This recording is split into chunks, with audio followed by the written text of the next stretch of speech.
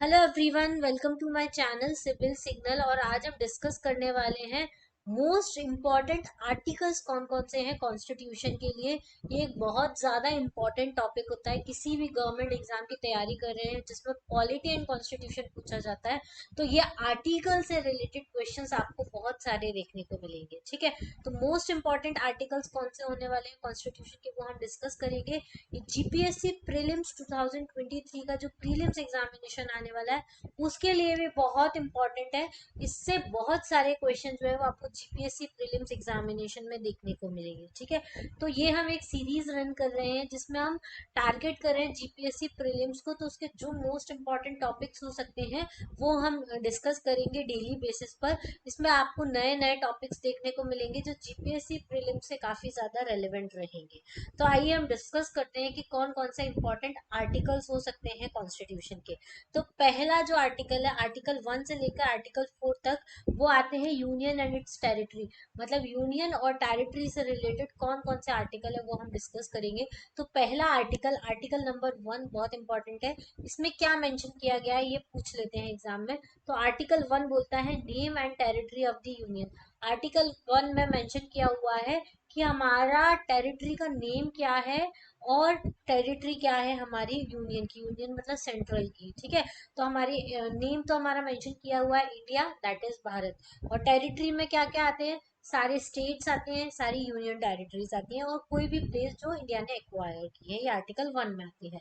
Article 2 में क्या आता है, एडमिशन और एस्टेब्लिशमेंट ऑफ न्यू स्टेट्स। जैसे अभी हमारे 28 स्टेट्स हैं, तो ये जो और अगर हमको नए स्टेट्स बनाने हैं या नए स्टेट्स को एडमिट करना है तो ये सब किस में लिखा हुआ है, आर्टिकल 2 में मेंशन किया है। जैसे अभी हमने कश्मीर को बाइफरकेट किया था तो वो कैसे किया था, या हमको नया स्टेट बनाना है जैसे फॉर एग्जांपल गुजरात को ब्रेक करके हमको 2 स्टेट्स में डिवाइड करना है, तो ये सारी चीजें किस में लिखी है, आर्टिकल 2 में लिखी है। फिर आर्टिकल 2 ए में क्या लिखा है, जो सिक्किम था पहले यूनियन के साथ एसोसिएटेड था, अब उसको रिपील कर दिया गया है। ये इतना इंपॉर्टेंट आर्टिकल नहीं है पर आपको पता होना चाहिए कि आर्टिकल 2 ए जो है वो सिक्किम से रिलेटेड है। सिक्किम जो है अब एक इंडिपेंडेंट स्टेट बन चुका है। ठीक है, पहले उसको यूनियन के साथ एसोसिएटेड रखा था। ये जीपीएससी में या यूपीएससी में पूछा जा सकता है क्योंकि ये बहुत बारीक डिटेलिंग के साथ है कि 2 ए में क्या मेंशन किया गया है। तो सिक्किम के बारे में मेंशन किया गया है।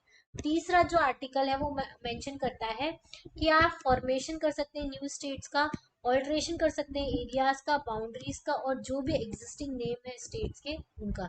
जैसे गुजरात है, गुजरात का अगर आपको नेम चेंज करना है, काठियावाड़ करना है या कुछ भी करना है फॉर एग्जाम्पल, तो आप वो चेंज कर सकते हैं। ये किसमें मेंशन किया गया है, आर्टिकल 3 में मेंशन किया गया है। न्यू स्टेट्स को फॉर्म कर सकते हैं, ये भी आर्टिकल 3 में लिखा है। एरियाज को ऑल्टर कर सकते हैं, मतलब गुजरात का एरिया छोटा कर सकते हैं या बड़ा कर सकते हैं, राजस्थान को इंक्लूड कर ले तो राजस्थान और गुजरात का एरिया मिलकर काफी बड़ा एक स्टेट बन जाएगा। तो ऐसे न्यू स्टेट्स को फॉर्म कर सकते हैं, ऑल्ट्रेशन कर सकते हैं बाउंड्रीज का, एरियाज का, और नेम चेंज कर सकते हैं। ये किसमें लिखा है, आर्टिकल 3 में लिखा है। फिर आर्टिकल 4 में लिखा है कि जो भी लॉज बनाए जाएंगे आर्टिकल 2 और आर्टिकल 3 के लिए, मतलब कि कैसे एडमिशन करना है, कैसे स्टैब्लिशमेंट करना है, कैसे न्यू स्टेट्स बनाना है, इन सब के लॉज जो बनाएंगे वो किस में लिखे हुए हैं, आर्टिकल 4 में लिखे हुए हैं। ठीक है, तो ये 4 इंपॉर्टेंट आर्टिकल है यूनियन और टेरिटरी से रिलेटेड। इनसे ऊपर क्वेश्चन पूछा जा सकता है, जैसे ऐसे पूछा जा सकता है कि न्यू स्टेट्स का फॉर्मेशन करना है, एरियाज का ऑल्ट्रेशन करना है, ये कौन से आर्टिकल में मेंशन है। तो आपको ऑप्शन में दिया जाएगा आर्टिकल 1, 2, 3, 4, 5। तो आर्टिकल 3 इसका करेक्ट आंसर है। ठीक है, इस टाइप के आपको अगर डिटेल वीडियोस देखने हैं जीपीएससी के लिए तो हमारा जीपीएससी का क्रैश कोर्स हमने लॉन्च किया है। सिविल सिग्नल हमारी एक एप्लीकेशन है, उसके ऊपर हम जीपीएससी प्रीलिम से रिलेटेड प्रिपरेशन कराएंगे। जीपीएससी प्रीलिम्स के जो सब्जेक्ट हैं हम सारे फोकस करके पढ़ेंगे एग्जाम से के लिए। और एग्जाम का नोटिफिकेशन अगस्त में आने वाला है और नवंबर में एग्जाम है। अगर आपकी प्रिपरेशन नहीं हुई है या आप एकदम डायरेक्शनल वे में प्रिपरेशन करना चाहते हैं, जीपीएससी को क्रैक करना चाहते हैं, तो ये हमारा क्रैश कोर्स जरूर ज्वाइन कीजिए। बहुत नॉमिनल फीस है, रुपीज है 2499। स्टार्टिंग के जो 10 रजिस्ट्रेशन है उनके लिए 2499 फीस रखी है। उसके बाद जैसे कोर्स लॉन्च होगा उसके बाद ये फीस बढ़ भी सकती है। तो 17 अगस्त को लाइव सेशन स्टार्ट होने वाले हैं, लाइव प्लस रिकॉर्डेड ये वीडियोस रहेंगे, तो आप ये कभी भी ज्वाइन कर सकते हैं। ठीक है। चलिए नेक्स्ट अब हम देखेंगे सिटीजनशिप के बारे में। सिटीजनशिप से रिलेटेड कौन कौन से इंपॉर्टेंट आर्टिकल है। तो पहला है 5th नंबर का आर्टिकल है citizenship at the commencement of the constitution. मतलब जो कॉन्स्टिट्यूशन बना था तब हमारे सिटीजनशिप का क्या स्टेटस रखा गया है वो।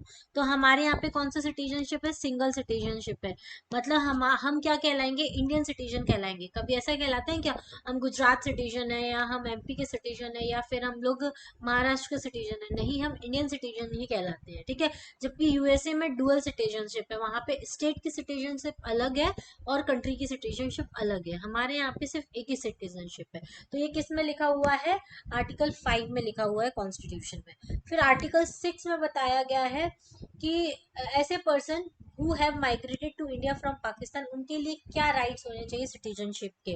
मतलब जो भी लोग इंडिया में आ रहे हैं पाकिस्तान से माइग्रेट होकर, उनके लिए क्या राइट्स दिए गए हैं सिटीजनशिप के, आर्टिकल 6 में मेंशन किया गया है। फिर आर्टिकल 7 में भी मेंशन किया गया है, जो भी इंसान माइग्रेट होके पाकिस्तान से आता है उसके क्या राइट्स है। क्योंकि जो पाकिस्तान से माइग्रेट होकर इंडिया में आया है, बहुत सारे टेररिस्ट भी आ सकते हैं, बहुत सारे इलीगल काम करने भी आ सकते हैं। तो उनके लिए वैसे इंडिया और पाकिस्तान के रिलेशन थोड़े ज़्यादा अच्छे नहीं है, इस वजह से इसको ऑलरेडी मेंशन किया गया है। और हमारा इंडिया और पाकिस्तान का डिवीजन भी हुआ है, तो इस चीज़ को मेंशन किया गया आर्टिकल 6 एंड 7 में कि पाकिस्तान से जो माइग्रेट होकर आया है इंडिया में, वो उनके क्या राइट्स है। देखो 6th और 7th में क्या डिफरेंस है। कोई भी पर्सन जो माइग्रेट होकर इंडिया में आया है पाकिस्तान से एट द टाइम ऑफ क्या बोलते हैं, जब डिवीजन पार्टीशन हुआ था तब। और आर्टिकल 7 में मेंशन है कि कोई माइग्रेंट्स पाकिस्तान से आके इंडिया में रहने लग गया है आफ्टर पार्टीशन, तो उसके लिए क्या राइट्स होने चाहिए। ठीक है। अब आर्टिकल 8 में मेंशन है right of citizenship of certain person of Indian origin residing outside India. मतलब इंडिया का तो इंडियन ओरिजिन का पर्सन है, लेकिन वो इंडिया के बाहर रह रहा है, तो उसके क्या सिटीजनशिप के राइट हो सकते हैं। जैसे ओसीआई कार्ड वगैरह ये इशू करते हैं ना, जो इंडियन ओरिजिन के हैं लेकिन उनका मतलब उनके पेरेंट्स आउट ऑफ इंडिया रहे हैं, फिर उनका जन्म भी वहीं हो गया है, या फिर यहाँ से वो दूसरी कंट्री में रिसाइड करने चले गए हैं, तो उनके सिटीजनशिप के क्या राइट है अगर, तो वो सब कुछ मेंशन किया गया है आर्टिकल 8 में। ठीक है, समझ में आया। 5 में कॉन्स्टिट्यूशन में मेंशन किया गया है, 6 में और 7 में पाकिस्तान से रिलेटेड जो माइग्रेंट्स है उनके बारे में, 7 में जो आउटसाइड इंडिया रह रहे हैं उनके बारे में, सॉरी 8 में। ओके। आर्टिकल 9 जो है वो person voluntary acquiring citizenship of a foreign state not to be citizen. ठीक है। अगर कोई भी इंसान फॉरेन स्टेट की सिटीजनशिप एक्वायर कर लेता है तो वो इंडिया का सिटीजनशिप नहीं रहेगी उसके पास। ये आर्टिकल 9 में मेंशन किया है। क्योंकि देखो, अगर कोई भी इंडियन सिटीजन है, अगर उसने यूएसए की सिटीजनशिप ले ली, तो वो ऑटोमेटिकली क्या होगा, इंडियन सिटीजन नहीं रहेगा, यूएसए का सिटीजन बन जाएगा। ये आर्टिकल 9 में मेंशन किया गया है। ठीक है। और क्या क्या राइट्स होने चाहिए सिटीजनशिप के, वो आर्टिकल 10 में मेंशन है। और जो भी सिटीजनशिप से रिलेटेड, जैसे कि सिटीजनशिप अमेंडमेंट एक्ट आया था, ये सारे जो सिटीजनशिप से रिलेटेड लॉज बनाने होते हैं वो कौन बनाता है, पार्लियामेंट बनाती है। और वो किस लॉ में मेंशन है, आर्टिकल 11 में मेंशन है। इसके ऊपर बेस्ड क्वेश्चन कैसे आ सकता है, देखो पहले तो ये आ सकता है कि सिटीजनशिप बाय लॉ के ऊपर कौन लॉ बनाता है, तो पहला तो इसका आंसर हो गया पार्लियामेंट बनाती है। दूसरा पूछा जा सकता है कि इस कौन से आर्टिकल में मेंशन है, तो आर्टिकल 11 में मेंशन है। तो ये दो टाइप के क्वेश्चन इससे पूछे जा सकते हैं सिटीजनशिप के ऊपर। ठीक है। तो इस टाइप के आर्टिकल से रिलेटेड आपको क्वेश्चन जो है वो जीपीएससी प्रीलिम्स के एग्जामिनेशन में या कोई भी स्टेट सर्विस का एग्जाम है या यूपीएससी का एग्जाम है उनमें देखने को मिलेंगे। क्लियर। चलिए अब नेक्स्ट है, अब हमारा फंडामेंटल राइट्स कौन कौन से, उनके आर्टिकल्स कौन कौन से। देखो फंडामेंटल राइट एक बहुत ही इंपॉर्टेंट और वास्ट टॉपिक है। किसका, पॉलिटी एंड कॉन्स्टिट्यूशन का। अगर आपके एग्जाम में पॉलिटी एंड कॉन्स्टिट्यूशन आता है तो आप पकड़ के चलिए कि 2 से 3, 3 से 5 क्वेश्चन जो है वो फंडामेंटल राइट्स के आपको जरूर देखने को मिलेंगे।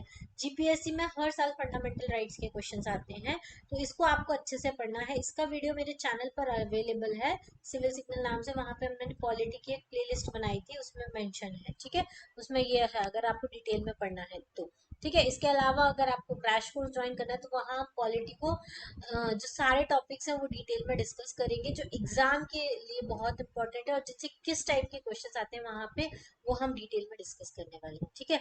अब फंडामेंटल राइट्स जो है उसमें 7 तरह के फंडामेंटल राइट्स हैं। पहला है राइट टू इक्वालिटी, जिसमें आर्टिकल 14 से लेकर आर्टिकल 18 आते हैं। फिर है हमारा राइट टू फ्रीडम, फ्रीडम के लिए क्या क्या राइट्स दिए गए हैं वो आर्टिकल 19 से लेकर आर्टिकल 22 तक मेंशन किया गया है। फिर थर्ड जो है हमारा वो है राइट अगेंस्ट एक्सप्लॉइटेशन, मतलब अगर आपको कोई एक्सप्लॉइट करता है तो उसके अगेंस्ट में आपके पास क्या राइट है, ये आर्टिकल 23 एंड 24 में मेंशन किया गया है। फिर फोर्थ है हमारा right to freedom of religion, मतलब क्योंकि हमारे इंडिया में बहुत सारे रिलीजन के लोग हैं, कोई हिंदू है, कोई मुस्लिम है, कोई सिख है, कोई बुद्धिस्ट है, तो सबको अपना अपना रिलीजन फॉलो करने का राइट है। तो उसके लिए क्या फ्रीडम दी गई है, तो आर्टिकल 25 से लेकर आर्टिकल 28 में मेंशन किया गया है।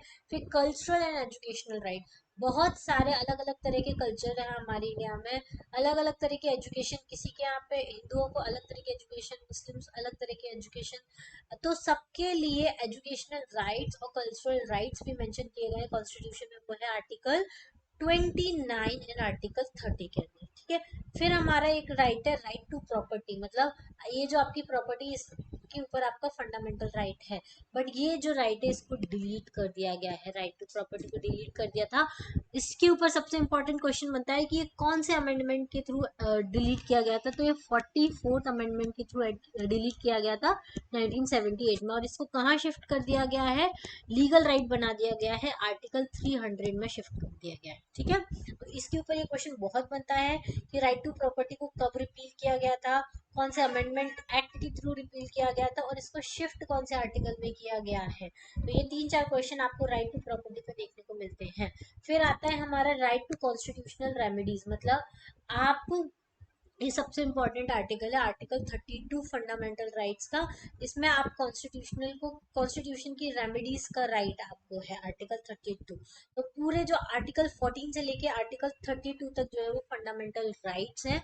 ये हम नेक्स्ट वीडियो में डिटेल में डिस्कस करेंगे, जिसमें हम फंडामेंटल राइट के कौन कौन से राइट्स हैं, डीपीएसपी के कौन कौन से राइट्स हैं और फंडामेंटल ड्यूटीज के कौन कौन से आर्टिकल हैं, इन तीनों के आर्टिकल हम डिटेल में डिस्कस करेंगे। वो वीडियो बहुत ज़्यादा इंपॉर्टेंट होने वाला है। अगर आपको वो वीडियो देखना है, आप किसी भी एग्जाम की प्रिपरेशन करें, चाहे वो जीपीएससी का हो, चाहे वो यूपीएससी का हो, चाहे वो कोई स्टेट पीएससी का हो, उस वीडियो को ज़रूर देखना, क्योंकि ये वीडियो काफ़ी ज़्यादा लंबा हो जाएगा, इसलिए हम यहीं ख़त्म करेंगे इसको। इसके पहले हम एक बार रिवाइज कर लेते हैं हमने कौन कौन से आर्टिकल पढ़े। तो आर्टिकल 1 हमने देखा कि नेम और टेरिटरी से रिलेटेड है। आर्टिकल 2 जो है वो एडमिशन और स्टैब्लिशमेंट कैसे हम कर सकते हैं न्यू स्टेट्स का, उससे रिलेटेड है। 2A जो है वो सिक्किम से रिलेटेड है। आर्टिकल 3 जो है वो किससे रिलेटेड है, न्यू स्टेट के फॉर्मेशन कैसे होता है, ऑल्ट्रेशन कैसे होगा एरियाज का, बाउंड्रीज कैसे बनेंगी और एग्जिस्टिंग स्टेट्स के नेम कैसे रखेंगे, वो आर्टिकल 3 में मेंशन किया गया है। फिर आर्टिकल 4 में क्या क्या मेंशन किया गया है, कौन कौन से लॉज जो है वो आर्टिकल 2 और 3 में बनाए गए हैं, उनके लिए लॉज बनाना। ठीक है। उसके अलावा फिर हमने देखा था सिटीजनशिप के आर्टिकल। तो सिटीजनशिप में आर्टिकल 5 से लेकर आर्टिकल 11 तक के सिटीजनशिप के आर्टिकल्स हैं। तो आर्टिकल 5 में मेंशन किया है सिटीजनशिप के बारे में कॉन्स्टिट्यूशन में। आर्टिकल 6 में आपको राइट्स मेंशन किए हैं सिटीजनशिप के, ऐसे लोगों के जो पाकिस्तान से इंडिया आए हैं। फिर सिटीजनशिप के राइट मेंशन किए गए हैं जो माइग्रेंट्स हैं पाकिस्तान के और इंडिया में रह रहे हैं। ठीक है। फिर 8th वाले में राइट्स मेंशन किए गए हैं उनके जो पर्सन इंडियन ओरिजिन के हैं लेकिन आउटसाइड इंडिया रह रहे हैं। ठीक है। फिर आर्टिकल 9 है, उसमें मेंशन किया गया है कि अगर कोई दूसरे फॉरेन स्टेट की सिटीजनशिप ले लेता है तो वो कैसे इंडिया की जो सिटीजनशिप है वो चली जाती है। फिर 10th है हमारा कि राइट ऑफ सिटीजनशिप को आपको कैसे कंटिन्यू करना है, उसके लिए राइट्स दिए गए हैं। और उसके अलावा 11th वाला जो आर्टिकल है वो बहुत इंपॉर्टेंट है, जिसमें बताया गया है कि सिटीजनशिप को कौन रेगुलेट करता है, तो पार्लियामेंट रेगुलेट करती है। है। और हमने तीसरा टॉपिक पढ़ा था फंडामेंटल राइट्स के बारे में, जिसमें हमने डिस्कस किया कि राइट टू इक्वालिटी में आर्टिकल 14 से आर्टिकल 18 तक मेंशन है, राइट टू फ्रीडम आर्टिकल 19 से लेके आर्टिकल 22 तक मेंशन है, राइट अगेंस्ट एक्सप्लॉयटेशन आर्टिकल 23 से 24 तक मेंशन है, आर्टिकल फ्रीडम ऑफ रिलीजन जो है वो 25 से 28 तक मेंशन है, कल्चरल एंड एजुकेशनल राइट के दो आर्टिकल्स हैं 29 एंड 30, राइट टू प्रॉपर्टी को रिपील कर दिया गया है, वो आर्टिकल 31 है और ये किस अमेंडमेंट के थ्रू किया गया था, तो 44th अमेंडमेंट एक्ट के थ्रू किया गया था। फिर राइट टू कॉन्स्टिट्यूशन रेमेडीज जो है ये इंपॉर्टेंट आर्टिकल है, ये आर्टिकल 32 को मेंशन किया गया है, इसको heart and soul of constitution भी बोलते हैं। क्लियर? तो ये हमारे इतने आर्टिकल हो चुके हैं, कहाँ से कहाँ तक, आर्टिकल 1 से लेकर आर्टिकल 32 तक। ठीक है, इतने आर्टिकल्स को आप लर्न कीजिए। आप जितनी बार ये वीडियोस देखेंगे, जितनी बार आप आर्टिकल्स को रिपीट करेंगे, आपको ज्यादा से ज्यादा लर्न हो जाएगा। ठीक है, तो ट्राई कीजिए आर्टिकल्स को रिपीट करने का। अगर आप ऐसे ही इंफॉर्मेशनल वीडियोस देखना चाहते हैं, क्रैश कोर्स ज्वाइन करना चाहते हैं, तो आप civil signal app play store पर जाकर डाउनलोड कर सकते हैं। वहां पे आपको जीपीएससी क्रैश कोर्स, जैसे आप ऐप डाउनलोड करेंगे वैसे ही जीपीएससी क्रैश कोर्स का आपको ऑप्शन मिल जाएगा, वहां से जाके आप परचेज कर सकते हैं। और 17 अगस्त से ये जो कोर्स है वो लाइव होने वाला है। अगर आपकी लाइव रिकॉर्डिंग मिस भी होती है तो आप रिकॉर्डेड सेशन भी देख सकते हैं, जो लोग बाद में ज्वाइन करेंगे। लेकिन अगर आप जीपीएससी प्रीलिम्स की तैयारी कर रहे हैं और स्ट्रक्चर्ड वे में आपको प्रिपरेशन करनी है, तो इस क्रैश कोर्स को जरूर ज्वाइन कीजिए। ठीक है, चलिए इसमें हम सारे कोर सब्जेक्ट्स को डिस्कस करेंगे। इसमें डाउट क्लियरिंग सेशंस भी रहेंगे, 1-to-1 सेशंस रहेंगे जिसमें हम डाउट क्लियर करेंगे जूम मीटिंग के थ्रू, क्योंकि यूट्यूब पे वो हो नहीं पाता है। यूट्यूब पे आप बात मतलब मैं वीडियो रिकॉर्ड कर सकती हूँ, लेकिन 1-to-1 हम डाउट क्लियर नहीं कर सकते हैं। फिर प्रैक्टिस क्वेश्चंस आपको देखने को मिलेंगे काफ़ी सारे। फिर एग्जाम स्ट्रेटेजी क्या होनी चाहिए बिगिनर्स के लिए, वो भी हम डिस्कस करेंगे। तो इस सब के लिए आप ऐप को डाउनलोड कीजिए प्ले स्टोर पर, आपको इजीली मिल जाएगा। अगर कोई भी इन्फॉर्मेशन जाननी है तो आप मुझे, ये मेरा कॉन्टैक्ट नंबर है, यहाँ पे कॉन्टैक्ट कर सकते हैं। सारी डिटेल्स जो है वो डिस्क्रिप्शन बॉक्स में अवेलेबल है। आज के लिए इतना ही। Thank you, thanks for watching, have a nice day.